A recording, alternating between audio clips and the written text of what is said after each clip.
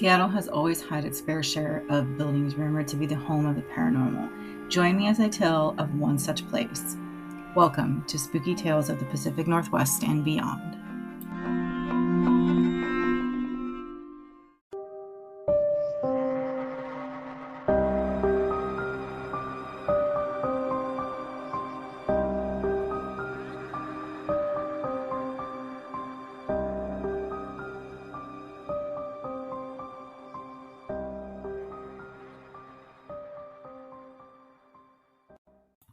Hello, welcome to Spooky Tales of the Pacific Northwest and beyond. I'm your host, Jennifer. Today we're going to be talking about University Heights, which is located in Seattle, Washington. So we'll just go ahead and get started. So in 1889, June of 1889, Seattle had a massive fire, and it's known now as the Great Seattle Fire of 1889. And it actually destroyed the entire central business district and part of the University District, which is where University Heights is located. By the time it reached the University District, it had destroyed quite a lot of buildings. Some of the buildings in the University District were able to be saved, which that included the courthouse. But by 3 a.m. June 7th, so the following day, the fire destroyed some 25 city blocks, or around 125 acres of Seattle. There was some loss of human life, but apparently the majority of the loss of life happened to be around 1 million rats. So that's quite a lot of rats. Thousands of people were displaced from their homes, and many of them lost their jobs. They estimated the total loss may have been as high as around $20 million, including the loss of life. The fire, though, was not really a setback for Seattle, and Seattle did rebuild that portion of the city right on top of the old business and University District. University District, like I said, where University Heights was built, may have its share of ghosts from that tragedy, as well as another in the form of a train derailment and crash. This crash was caused by a freight train colliding with a cow, which is pretty funny.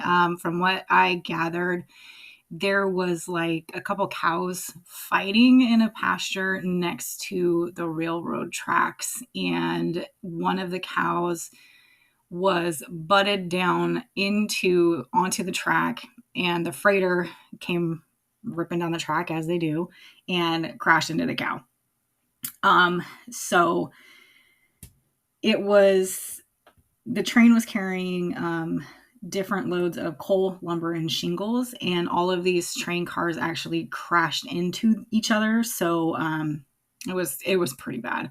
And the crash did kill the fireman and the brakeman, as well as the cow, obviously. University Heights is said to be haunted, so maybe some of those hauntings are not just the children that they say haunt the place, but maybe some of the people who lost their lives in the Great Seattle Fire, or the people who lost their lives in this train crash. University Heights itself was built to accommodate a growing population in the area of Portage Bay, or what used to be known as Brooklyn.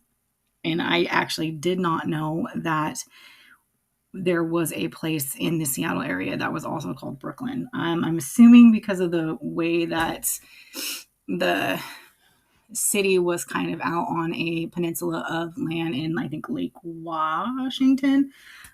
It kind of mimicked Brooklyn and Brooklyn, New York. So I'm assuming that's why they named it Brooklyn.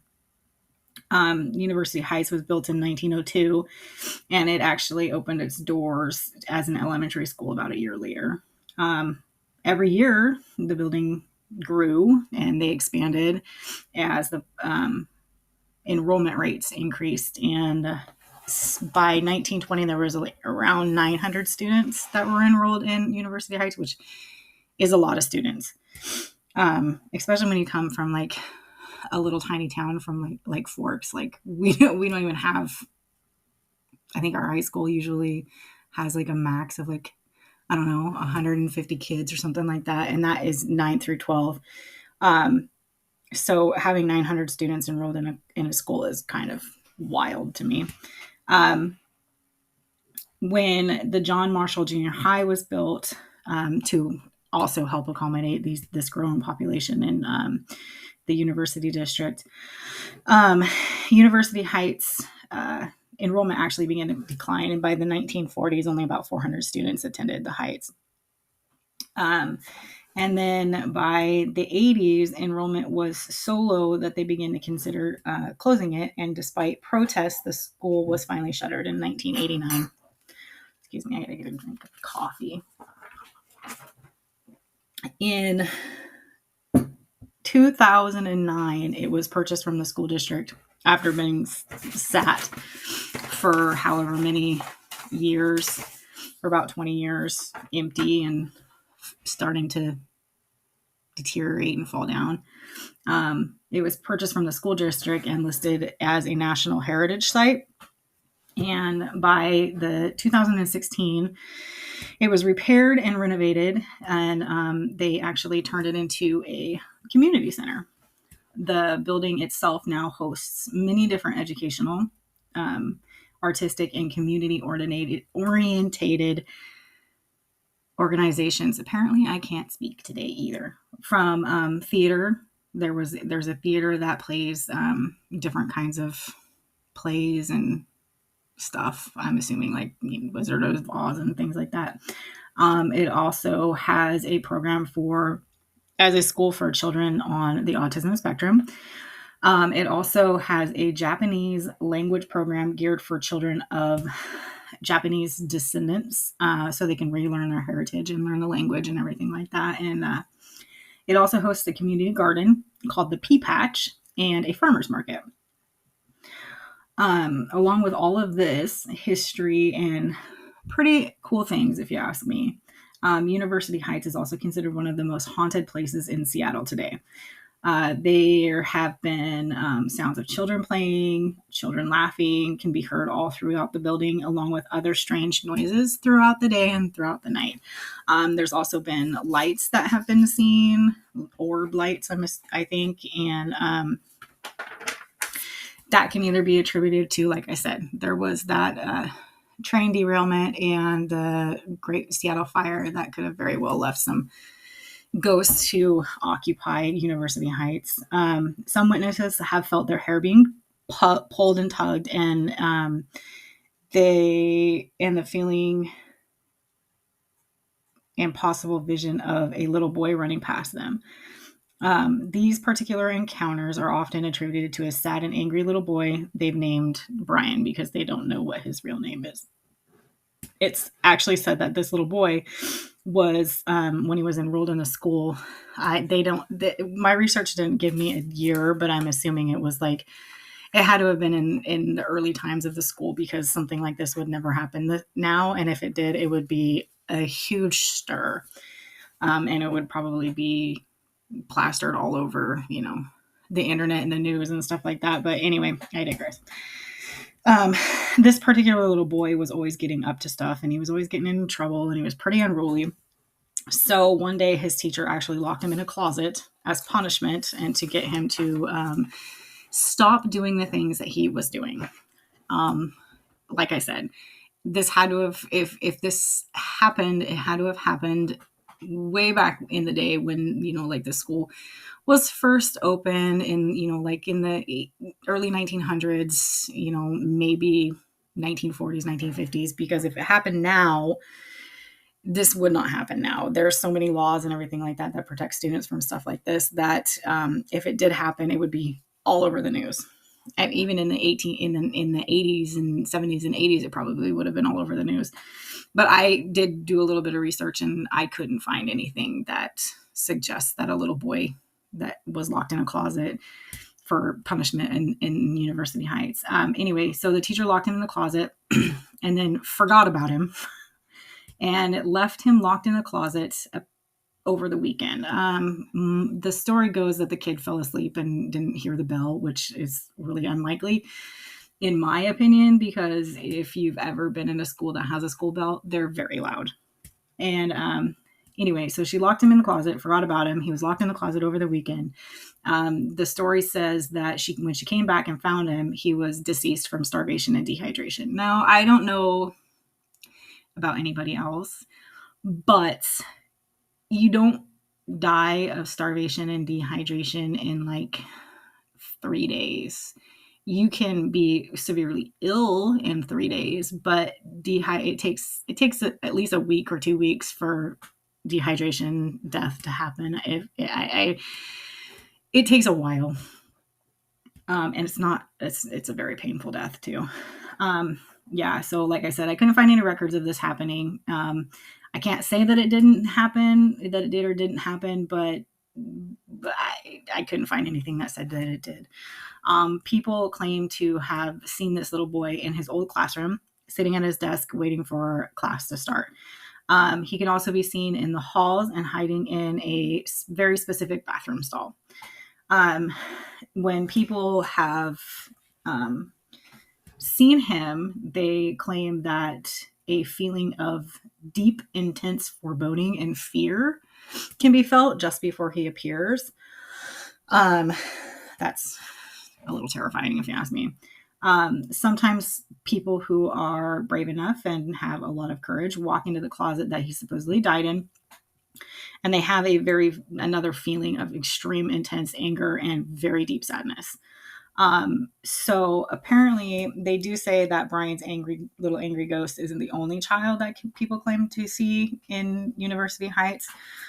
They also say that they have seen some other ghostly children running around in the halls or playing in the courtyard or playground.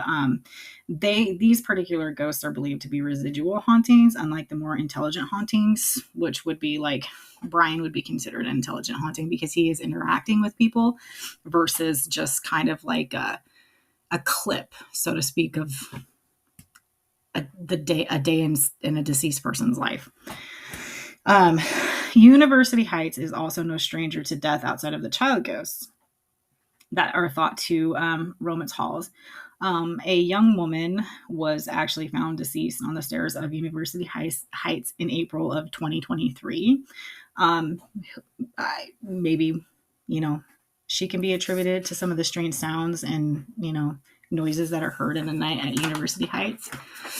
It's very important to remember that Seattle wasn't, and in this particular area of Seattle, white people weren't here first. Like there is, a couple indigenous nations that are indigenous to this area, and they've been here for thousands and thousands of years.